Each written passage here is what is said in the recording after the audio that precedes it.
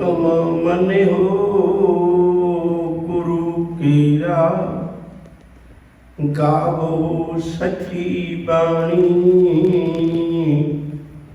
कहे नानक सुनो संतो, कथियो अकथ कहानी। कहे नानक सुनो संतो, कथियो अकथ कहानी। वाहिगुरु जी का खालसा, वाहिगुरु जी की फतेह। दुनिया के शहर मेले विच नित दिहाड़े असी बहुत कुछ वटांदरा एक दूजे नाल करते हाँ। जीवन के निर्वाह लई बहुत जरूरी है असी नित दिहाड़े वटांदरा करते हाँ, वस्तुओं का, पैसों का, विचारों का, ज्ञान का।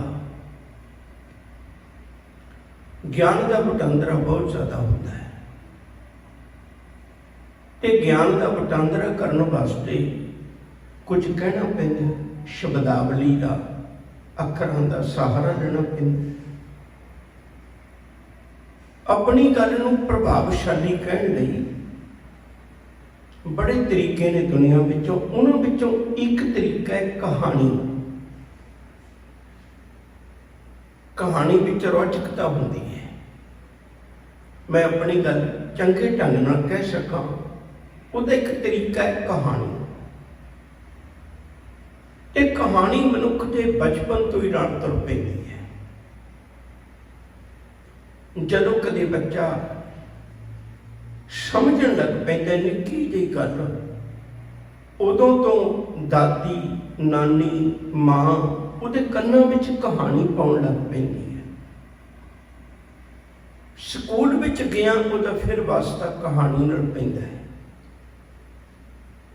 गुरु सच्चे पातशाह ने भी एक कृपा की, कहण लगे पुत्त मैं तैनूं ज्ञान की गल भी कहानी के रूप च सुनाउण लगा है। पर यह गल चेता रखी, कहानियां तो आम लोग भी करते सन, पर वो इश्क मशूकी दीयां कहानियां, राजे राणियां दीयां कहानियां तक सीमित रह गए। मैं तेनों उस तो अगली कहानी दसन लगा है। ये बड़ी अजीब कहानी है। एक कहानी है परमेश्वर की, एक कहानी है निरंकार की। कहानी विचों असी वास्तविक उहदे विचों असली सच लभना हुंदा है, सिक्ख्या लैनी हुंदी है। ये नहीं हुंदा भी कहानी कित्थे बनदी। जिवें आपां प्यासा कां, मेरा ख्याल है सारियां नूं याद है, हुण कोई ये नहीं देखदा भी ये किहड़े देश की गल है, किहड़े जिले की गल है, किहड़े इलाके की गल है, किहड़े सन की गल है। ये नहीं वेख्या जाता। वेख्या ही जाता है भी उहदे चों सानूं सिक्ख्या की मिली है, उन्होंने धारण करके अगे तुर पैना है।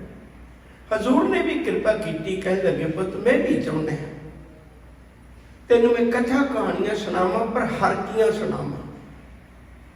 हर कियां कथा कहानियां गुरमीत सुनाइयां, बड़े हारी गुरी अपने गुरु को बन जाइयां। मैनू हरी दियां कथा गुरु ने सुनाइयां, कहानियां गुरु ने सुनाइयां। क्यों सुनाइयां? क्योंकि उन्हों का पिछोकड़ है बहुत वधिया। बाबाणियां कहानियां पुत सपुत करेन, तेनू पता लगे भी उन्होंने कहानियां विचों सच की ते मैं की बनना है। तेरे जीवन के अगे कोई निशाना हो, तेरे जीवन में दात हो। प्रभु की अकथ कहानी, जन बोले अमृत बाणी। सरवणी सुनी कहानियां जे गुर थी कृपाल। जे गुरु कृपा कर दे, कृपाल हो जाए मेरे ते, रहमत कर दे, तो मैं रब दियां कथा कहानियां सुना, तो मैं भी पुत तो सपुत बन सका, मैं भी अपने जीवन में चंगियां गल्लां धारण कर सका। अज हजूर ने बड़ी प्यारी दात बख्शिश की है। ये पिछली पौड़ी ना मैं हर रोज थोड़ा जहा संबंध जोड़ के अगे तुरना चाहना है। जिवें पिछली पौड़ी में जिक्र आया सी भई रब्बा जिन्हों तू दात देना है तो उस मिलती है, तो उहदे लई पात्र बनना पैंदा। हुण पात्र बनने की ढंग है, आ अज की पौड़ी में जिक्र आएगा। पत्र बनली ढंग है। आवो संत प्यारे हो, आवाज देखो कितनी प्यारी मारी है, आम लोगों को नहीं मारी। संत शब्द धार्मिक दुनिया का शब्द है। संत शब्द आम मनुख नाल नहीं जुड़ता। संत शब्द धार्मिक दुनिया तो आनंद मानने वाली शख्सियत नाल जुड़ता है। तो साहब कृपा करते हैं, आवो संत प्यारे हो, अकथ की करें कहानी। कह लगे मैं संतां नूं तां बुलाया, ये भी किते राजे राणियां दियां कहानियां लेके ना बैठ जाना। मैं संतां नूं तां आवाज मारी, ये भी किते देवी देवतियां दियां कहानियां लेके ना बैठ जाना। ये भी किसी इश्क मशूकी दियां कहानियां लेके ना बैठ जान। मैं गल करनी चाहना अकथ की कहानी करिए। आवो पैने गल मिले, अंक श्रेय घड़ियां मिलके करे कहानियां समर्थ कंत कियां। असी समर्थ कंत दियां गल्लां करनियां ने, निरंकार दियां कहानियां करनियां ने। सतगुरु एक शब्द बड़ा अजीब जिहा ला दिता तुसीं अगे, वो शब्द है अकथ की करा कहानी।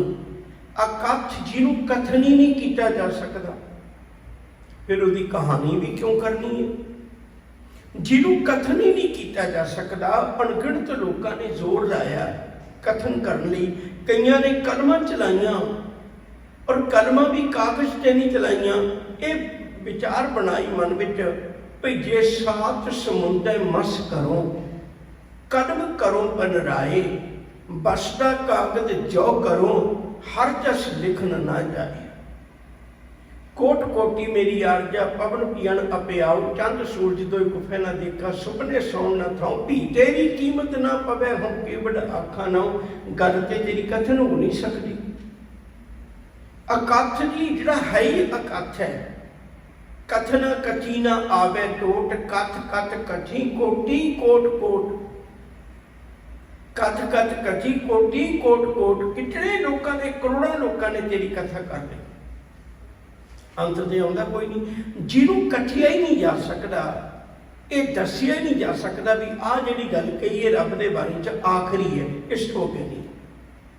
जब यह गल हो नहीं सकती, बड़े बड़े राजे महाराजे पीर पैगंबर सबनों की जिंदगी का एक अंतला शब्द हो सकता है, पर रब की कथा कहानी का अंतला शब्द नहीं हो सकता। जदों है ही अकथ, फिर उसकी कहानी क्यों करनी। गुरु अमरदास जी सच्चे पातशाह सब कहते तां करनी है, करें कहानी अकथ तेरी, कित द्वारे पाई है। इसलिए कथा कहानी करनी है। मैं ये सीखना चाहना तेरे को भी रब नूं किस तरीके पाया जाता है, परमेश्वर नूं असीं किवें मिलीए। क्योंकि मैनूं मनुखा दे ही मिली है रब दे मिलाप लई, पर मैनूं ये तरीका नहीं पता मैं रब नाल मिला किवें, परमेश्वर नाल मिला किवें। ते तुसीं कृपा करो, मैं उस अकथ कहानी विचों ये लभना चाहना है। ये गल च कोई डोरावा नहीं भी कथन नहीं किया जा सकता। छोटी जी एक बेनती करके अगे तुरांगे। मनुख के मन में एक बहुत बड़ा भरम है, और ये बहुत समा जिंदगी के नाल चलता है। किसी विरले तक उठता है भरम। भरम की है? मनुख एहसान करता भी मैं तेरा पाठ करिया, मैं तेरे गुण गाए, तेरी पूजा पाठ प्रतिष्ठा कुछ भी किया,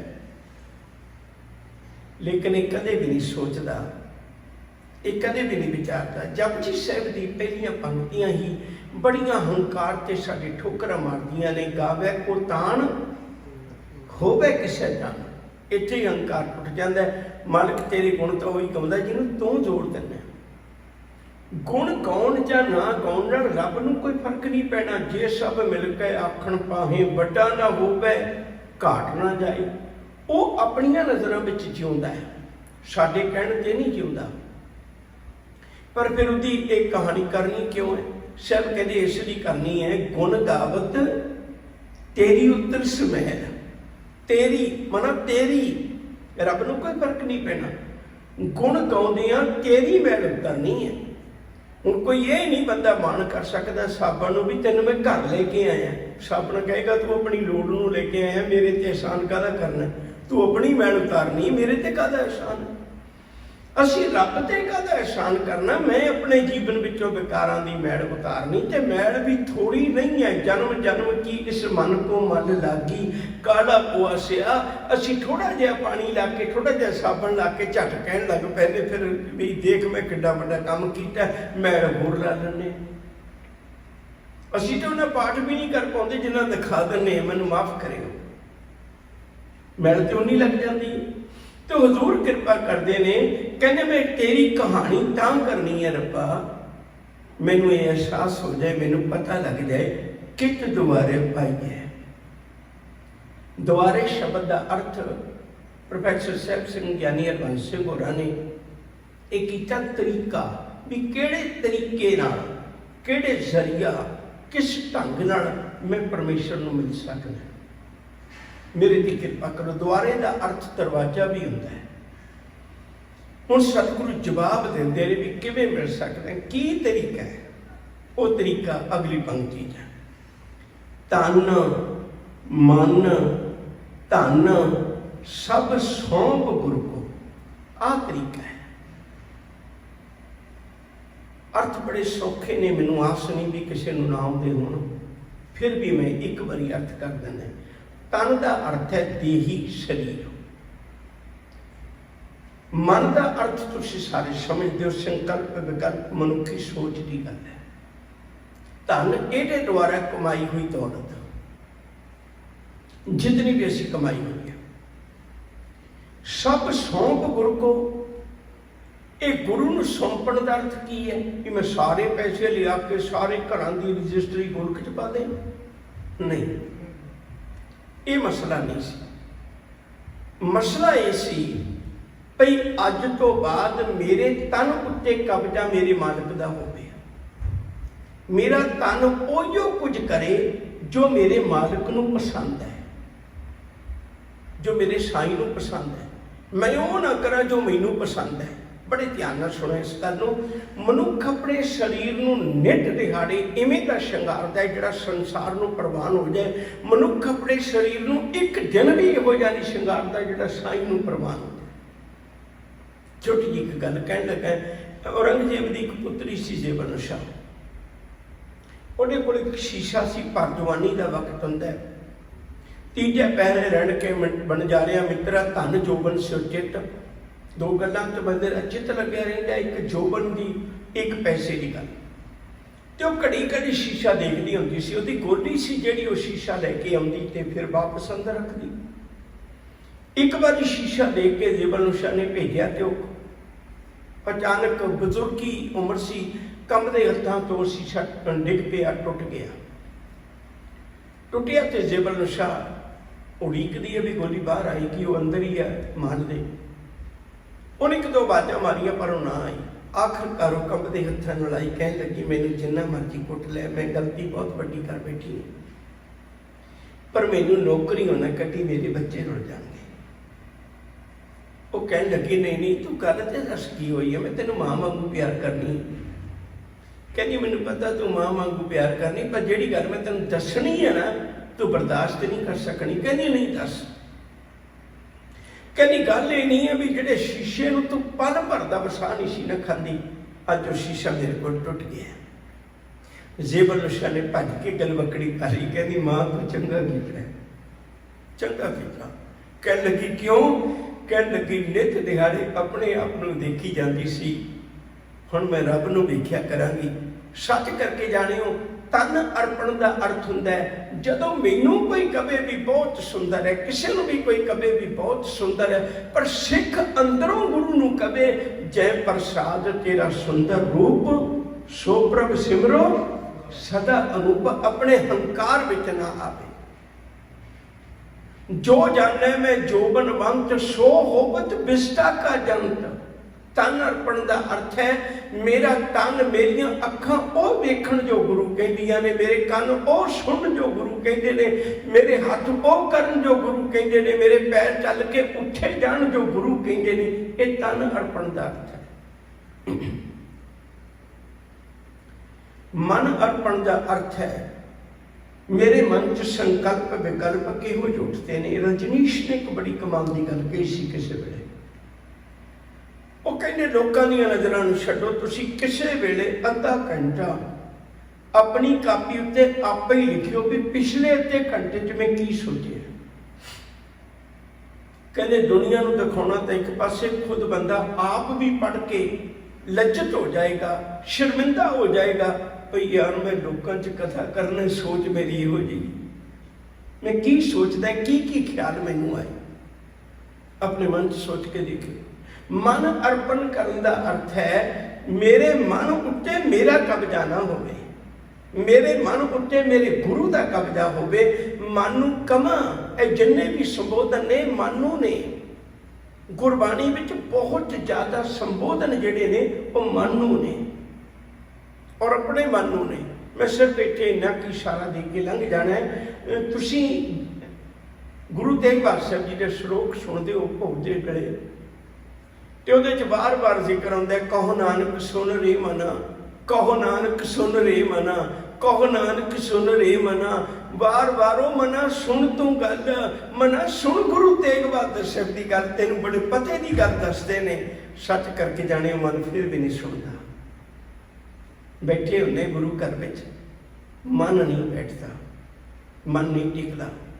ਮਨ ਗੁਰੂ ਚਰਨਾਂ ਵਿੱਚ ਅਰਪਣ ਕਰਨਾ। ਸਾਹਿਬ ਦੀ ਬਾਣੀ ਦਾ ਬੜਾ ਪਿਆਰਾ ਬਚਨ ਹੈ, ਮਨ ਵਿੱਚ ਸਤਿਗੁਰ ਕੇ ਪਾਸ ਤੇ ਸੇਵਕ ਕੇ ਕਾਰਜ ਰਾਸ। ਮਨ ਕਿਤੇ ਵੀ ਏਡਾ ਮਹਿੰਗਾ ਨਹੀਂ ਵਿਕਦਾ ਜਿੱਦਾਂ ਮਨ ਗੁਰੂ ਚਰਨਾਂ ਵਿੱਚ ਮਹਿੰਗਾ ਵਿਕਦਾ ਹੈ। ਕਿਤੇ ਗੁਰੂ ਨੂੰ ਅਰਪਣ ਕਰ ਦਿੱਤਾ, ਗੁਰੂ ਨੇ ਕੀ ਕਰਨਾ ਹੈ, ਗੁਰੂ ਨੇ ਮਨ ਦੀ ਮੈਲ ਉਤਾਰ ਕੇ ਇਹਨੂੰ ਇਹਦੇ ਮੂਲ ਨਾਲ ਜੋੜ ਦੇਣਾ ਹੈ। ਮੂਲ ਕੀ ਹੈ? ਮਨ ਤੋਂ ਜੋਤ ਸਰੂਪ ਹੈ, ਆਪਣਾ ਮੂਲ ਪਛਾਣ ਮਨ ਹਰ ਜੀ ਤੇਰੇ ਨਾਲ ਹੈ। ਗੁਰਮਤੀ ਰੰਗ ਮਾਣ, ਜਿਹੜਾ ਤੂੰ ਆਨੰਦ ਲੈਣਾ ਚਾਹੁੰਦਾ ਉਹ ਤੈਨੂੰ ਗੁਰੂ ਦੇ ਸਕਦਾ। ਮਨ ਅਰਪਣ ਕਰਕੇ ਤਾਂ ਦੇਖ। ਧਨ, ਧਨ ਦਾ ਮਤਲਬ ਇਹ ਨਹੀਂ ਵੀ ਤੁਸੀਂ ਸਾਰਾ ਪੈਸਾ ਲੁਟਾ ਦਿਓ, ਇਹ ਕਦਾਚਿਤ ਨਹੀਂ। ਧਨ ਦਾ ਅਰਥ ਹੈ ਜਿਵੇਂ ਮੈਨੂੰ ਗੁਰੂ ਕਹਿੰਦਾ ਮੈਂ ਉਵੇਂ ਖਰਚਾਂ। ਗੁਰੂ ਨਹੀਂ ਕਹਿੰਦਾ ਤੂੰ ਧੀਆਂ ਪੁੱਤਾਂ ਦੇ ਵਿਆਹਾਂ ਤੇ ਸ਼ਰਾਬਾਂ ਦੇ ਵਿੱਚ ਉਡਾ ਦੇ। ਉੱਥੇ ਸੋਚ ਮੇਰੇ ਗੁਰੂ ਨੇ ਇਹ ਸਰੀਰ ਮੈਨੂੰ ਗੁਰੂ ਨੇ ਦਿੱਤਾ, ਇਹ ਮਨ ਮੈਨੂੰ ਗੁਰੂ ਨੇ ਦਿੱਤਾ, ਸੋਚ ਮੈਨੂੰ ਗੁਰੂ ਨੇ ਦਿੱਤੀ। ਉਹਦੇ ਦੁਆਰਾ ਕਮਾਏ ਹੋਏ ਪੈਸੇ ਨਾਲ ਮੈਨੂੰ ਕੀ ਹੱਕ ਹੈ ਮੈਂ ਉਹ ਪੈਸਾ ਕਿਸੇ ਵਿਸ਼ੇ ਵਿਕਾਰਾਂ ਵਿੱਚ ਉਡਾਵਾਂ? ਮੈਨੂੰ ਕੀ ਹੱਕ ਹੈ ਉਹ ਪੈਸਾ ਮੈਂ ਆਪਣੇ ਹੰਕਾਰ ਲਈ ਵਰਤਾਂ? ਮੈਨੂੰ ਕੀ ਹੱਕ ਹੈ? ਛੋਟੀ ਜਿਹੀ ਬੇਨਤੀ ਕਰਨ ਲੱਗਾ, ਉਹਨੂੰ ਬੜੇ ਧਿਆਨ ਨਾਲ ਸੁਣੋ। ਜਦੋਂ ਗੱਲ ਤੇ ਨਹੀਂ ਹੈ ਨਾ ਵੀ ਮਾਲਕ ਦੀਆਂ ਚੀਜ਼ਾਂ ਤੇਰੀਆਂ ਨੇ, ਮੈਂ ਤੇਰੀਆਂ ਚੀਜ਼ਾਂ ਨੂੰ ਅਮਾਨਤ ਸਮਝ ਕੇ ਵਰਤਦਾ। ਜਦੋਂ ਕਿਸੇ ਵੱਲੋਂ ਦਿੱਤੀ ਹੋਈ ਅਮਾਨਤ ਹੁੰਦੀ ਹੈ ਤਾਂ ਪਿਆਰ ਬਣਿਆ ਕਰਦਾ ਹੈ। ਜੇ ਮੈਨੂੰ ਭਰੋਸਾ ਹੋਵੇ ਵੀ ਮੈਂ ਖਰੀਦੀ ਹੈ ਫਿਰ ਹੰਕਾਰ ਬਣਿਆ ਕਰਦਾ। ਬਸ ਗੱਲ ਤੇ ਨਹੀਂ ਹੈ ਨਾ। ਜਦੋਂ ਮਨ ਵਿੱਚ ਅਹਿਸਾਸ ਹੋ ਜਾਏ ਵੀ ਇਹ ਸਾਰਾ ਕੁਝ ਤੇਰਾ ਬਖਸ਼ਿਸ਼ ਕੀਤਾ ਹੋਇਆ ਹੈ ਫਿਰ ਪਿਆਰ ਵਧੇਗਾ। ਜੇ ਸਾਰਾ ਕੁਝ ਅਹਿਸਾਸ ਹੋਵੇ ਵੀ ਮੈਂ ਆਪਣੀ ਕਮਾਈ ਨਾਲ, ਆਪਣੀ ਚਤਰਾਈ ਨਾਲ, ਆਪਣੇ ਸਿਆਣਪ ਨਾਲ, ਆਪਣੀ ਘਟਨਾ ਨਾਲ ਕਮਾਇਆ ਹੋਇਆ, ਫਿਰ ਹੰਕਾਰ ਵਧੇਗਾ। ਹੁਣ ਵਧਣਾ ਤੇ ਸਾਡਾ ਪਿਆਰ ਚਾਹੀਦਾ ਨਾ। ਜਿਹਦਾ ਪਿਆਰ ਵੱਧ ਗਿਆ ਉਹ ਕਹਿੰਦੇ ਕਬੀਰ ਮੇਰਾ ਮੁਝ ਮੇਂ ਕਿਛ ਨਹੀਂ, ਜੋ ਕੁਛ ਹੈ ਸੋ ਤੇਰਾ, ਤੇਰਾ ਤੁਝ ਕੋ ਸੌਂਪ ਤੇ ਕਿਆ ਲਾਗੇ ਮੇਰਾ। ਜਿਨ੍ਹਾਂ ਦਾ ਪਿਆਰ ਵੱਧ ਗਿਆ ਉਹ ਕਹਿੰਦੇ ਨੇ ਮੈਂ ਨਾ ਹੀ ਕਛ ਹਉ ਨਾ ਹੀ ਕਛ ਆਗੇ ਨਾ ਮੋਰਾ, ਅਵਸਰ ਲੱਗਾ ਰੱਖ ਲੋ ਸਦਨਾ ਜਨ ਤੋਰਾ। ਜਿਨ੍ਹਾਂ ਦੇ ਕੋਲ ਆਪਣਾ ਕੁਝ ਨਹੀਂ ਉਹ ਸੋਚਦੇ ਨੇ ਮਾਲਕ ਦਾ ਦਿੱਤਾ ਹੋਇਆ, ਫਿਰ ਉਹ ਕਹਿੰਦੇ ਨੇ ਜਾਂ ਤੂੰ ਮੇਰੇ ਵੱਲ ਹੈ ਤਾਂ ਕਿਆ ਮੁਸ਼ੰਦਾ, ਤੁਝ ਸਭ ਕੁਛ ਮੈਨੂੰ ਸੌਂਪਿਆ। ਜਾਂ ਤੇਰਾ ਬੰਦਾ ਦਿੱਤਾ ਹੋਇਆ ਤਾਂ ਤੇਰਾ ਸਰੀਰ ਤੇ ਰੱਬ ਦਾ ਦਿੱਤਾ ਹੋਇਆ ਨਾ, ਮੈਂ ਉਹਦੇ ਨਾਲ ਕਮਾਇਆ। ਮਨ ਤੇ ਰੱਬ ਦੀ ਦਿੱਤੀ ਹੋਈ ਦਾਤ ਹੈ ਨਾ, ਮੈਂ ਉਹਦੇ ਨਾਲ ਕਮਾਇਆ। ਤੋ ਧਨ ਸਾਰਾ ਕੁਝ ਉਸੇ ਮਾਲਕ ਦਾ। ਛੋਟੀ ਜਿਹੀ ਮਿਸਾਲ ਦੇਣ ਲੱਗਾ। ਇੱਕ ਫਕੀਰ, ਇੱਕ ਰਾਜਾ ਕਿਸੇ ਵੇਲੇ ਦੋਵੇਂ ਜਮਾਤੀ ਸਨ। ਫਕੀਰ ਕਿਸੇ ਪਰਮਾਨੰਦ ਵਿੱਚ ਜਿਉਂਦਾ ਹੈ, ਰਾਜੇ ਕੋਲ ਸਭ ਕੁਝ ਹੈ ਪਰ ਕਲਪਨਾ ਬੜੀ ਹੈ ਜੀਵਨ ਦੀ, ਬਹੁਤ ਕਲਪਨਾ। ਜਦੋਂ ਉਹਦੇ ਕੋਲ ਹਰ ਚੀਜ਼ ਹੈ ਪਰ ਕਲਪਨਾ ਜੀਵਨ ਦੀ ਮੁੱਕਦੀ ਨਹੀਂ, ਉਹਨੇ ਸੋਚਿਆ ਆਪਣਾ ਮਿੱਤਰ ਹੈ, ਦੋਸਤ ਹੈ, ਤਾਂ ਕੀ ਹੋਇਆ ਪੁੱਛਦੇ ਨੇ। ਉਹਨੇ ਫਕੀਰ ਨੂੰ ਸੁਨੇਹਾ ਦਿੱਤਾ, ਬੁਲਾਇਆ, ਕਹਿਣ ਲੱਗੇ ਵੀ ਸੱਜਣਾ ਮੈਨੂੰ ਦੱਸ ਤੂੰ ਸੁਖੀ ਕਿਵੇਂ ਰਹਿਣਾ? वो फकीर कहने लगे भी देख जमाती तो आप ठीक है, गल वखरी, पर हुण तेरा किता कोई है, मेरा कोई है। एडी वड्डी तू गल पुछण लगा मेरे कोलों, तेरे महल विचों, तेरियां सेजां विचों, तेरे विकारां विचों, तेरी धन दौलत विचों, तेरियां पदवियां विचों जिहड़ी किसे तो भी तैनूं चीज़ नहीं मिली, तू मेरे कोलों लैण लगा है। एडी कीमती चीज़ है ते भेटां विच तैनूं कीमती रखनी होएगी कोई ना कोई। राजा बड़ा हैरान होया, कहने लगे तू यार शांति की गल दस किवें मिलेगी, मैं जो कहूँगा भेटा कर दे। कहने लगे वेख लै, कहने लगे बिल्कुल, कहने लगे राज भाग मेरे नाम से लिख दे। याद रखियो जी पुराने समय के राजे कल्पे हुए जोगी बन जाते सन। उन्हें आख्या लिख दिता, राज भाग नाम से लिख दिता। कहने लगे भी एक काम करी, बस कल तो तेनों आनंद मिलना शुरू हो जाएगा, मैं आपे मंत्र पढ़ांगा, जो कुछ करना मैं आपे करांगा, पर मेरे को वक्त नहीं राज करन दा, मैं करांगा साल बाद आके, राज मेरा है तो मेरे नाम से लिख दिता, कर दूंगा। उन्हें आख्या ठीक है। साल बाद फकीर आया, कहने लगे किवें, कहंदा आनंद च, बहुत आनंद च। कहने लगे भी राज तां तू उवें ही करदा है, साल हो गया तेनों राज उवें ही करदे, आनंद किवें बन गया, पहला भी तू राज करदा सी। कहने लगे मैं भी एक दिन घोखिया सी अपने आप नूं, मैनूं जवाब मिलिया अंदरों भई जे राज दीयां हद्दां वधदियां ने तां मन हंकारी नहीं हुंदा, इह तां बाबियां दा वाधा, मैं तां हुण लिख के दे ही दित्ता उन्हां नूं। जे राज घटदा तां चिंता नहीं हुंदी, बाबियां दी घटदा, अपना की जाना, हुण तां पल्ले कुछ भी नहीं जाना। सच करके जानियो, तन मन धन सौंपण का अर्थ है मेरे घाटे वादे का मालिक मेरा मालिक बन जाए, मैनूं पता लग जाए भी ओहदा ही है सारा कुछ दिता होया। फिर प्यारे घाटा हो जाए तद भी आनंद है, वाधा हो जाए तद भी आनंद है, फिर भटकना नहीं पवेगी। पर मनुख का सुभाव है। प्रिंसीपल गंगा सिंह ने एक बड़ी प्यारी विचार लिखी। वो कहते एक बारी 5-7 बच्चियां इकट्ठियां होकर मेला देखण चले गई। पुराने समय च मेले लगते सन, बाजार धियां बच्चियां आम नहीं सी जांदियां। उस मेले विच एक दुकान लगी हुई, बाकियां दुकानां दे नाल नाल एक दुकान लगी बड़ी अजीब किस्म की। अज वर्गियां सहूलतां नहीं सन मनुख दे कोल। दुकान की है भी वो पुराना कपड़ा लैंदा है, रंग के नवां बना के दे दिंदा है, ललारी है। वो बच्चियां उहदे कोल गईयां ते उन्हां आख्या भी असीं भी दुपट्टे रंगा लईए, बड़ा वधिया काम है, पुराना कपड़ा नवां दिसण लग पैंदा है। वो जाके पुछदियां ने, पुछया जाए ललारी ताई वीरा इसकी दस मजूरी। हुण ललारी कहंदा है 2 आने ते 4 को घड़ियां कपड़ा रहन जरूरी। कहंदा 2 आने लवांगा पर 4 घड़ियां तुहानूं कपड़ा छड्डना पेगा। सिरदा, लड़कियां कहनियां सिरदा चीर उतार खलोवा नंगी ठीवां विच बाजारां, सौड़े पेके ढोई नाही हासे करन गवारा। असी लोक लाज भी तो देखनी किवें दे दीए कपड़ा रंगण वास्ते। अग्यों कहा ललारी ताई कुछ भी बस ना मेरे, मटकी विच मैं पाकी रंगा चीर रहा सिर तेरे धीए बच्चिए। मैनूं दस ते सही, कपड़ा तेरे कोल होया, पैसे तू दे देगी मजदूरी, पर मैं रंगा की, कपड़ा तो तेरे कोल है। प्रिंसीपल गंगा सिंह ने गल लिख के बड़ी गजब की गल लिखी। कहते ये हालत सिख दी है। गुरु कहता लिया पुत मैं तेरे तन नूं रंग दियां, लिया मैं तेरे मन नूं रंग दियां। सिख कहता गुरु जी तुसी मेरे वालों पुछो, मैनू कबो मैं चौर साहब भेटा कर सकदा, मैं चादरां भेटा कर सकदा, मैं दरियां भेटा कर सकदा, मैं राशन भेटा कर सकदा, मैं पैसा भेटा कर सकदा, तुसी दसो की चाहिदा मैं भेटा कर सकदा। मुबारक, बहुत वधिया, लोड़ मुताबक भेटा करनियां चाहिदियां ने, ये नहीं भी इन्हां दी कोई पाबंदी है। रुमाले भेटा करने, आपां किन्ना कुछ भेटा करने चाहिए ने। पर गुरु एक गल आखदा पुत जे तू तन मन भेटा ना कीता ते तेनू प्राप्ति कुछ नहीं होनी। ये गल याद रखी। इत्थे प्यारियां दे खिताब उन्हां ने जिते सन जिन्हां ने तन मन अर्पण करके सन। दरियां चढ़ाउण वालियां नूं प्यारियां दे खिताब नहीं मिलते। मुबारक तेरी सेवा प्रवान हो जाएगी। इत्थे चादरां चढ़ाउण वालियां नूं, इत्थे पैसिਆਂ ਦੀਆਂ पर्चियां कटाउण वालियां नूं ਪਿਆਰਿਆਂ ਦੇ ਖਿਤਾਬ ਨਹੀਂ ਮਿਲਦੇ। ਇੱਥੇ ਪਿਆਰਿਆਂ ਦੇ ਖਿਤਾਬ ਉਹਨਾਂ ਨੂੰ ਇਹ ਮਿਲਦੇ ਨੇ ਜਿਹੜਾ ਦਇਆ ਸਿੰਘ ਗੁਰੂ ਦੇ ਕਹਿਣ ਉੱਤੇ ਉੱਠ ਕੇ ਆ ਜਾਏ, ਉਹ ਕਵੇ ਮੈਨੂੰ ਸੀਸ ਦੀ ਲੋੜ ਹੈ। ਦਇਆ ਸਿੰਘ ਆ ਕੇ ਬੇਨਤੀ ਕਰੇ। ਸੀਸ ਤਾਂ ਉਦੋਂ ਦਾ ਹੀ ਭੇਟਾ ਕਰ ਚੁੱਕਾ ਹੈ, ਦਰਸ਼ਨ ਕੀਤੇ ਸੀ ਜਦੋਂ ਮੈਂ ਆਣ ਕੇ ਜੀ। ਜੇ ਫਿਰ ਵੀ ਅੱਜ ਤੂੰ ਪਰਖਣਾ ਹੈ, ਜੇ ਤੂੰ ਫਿਰ ਵੀ ਚਾਹੁੰਦਾ ਹੈ, ਦਾਸ ਹਾਜ਼ਰ ਹੈ ਵੇਖੋ ਜਮਾਈ ਕੇ ਜੀ।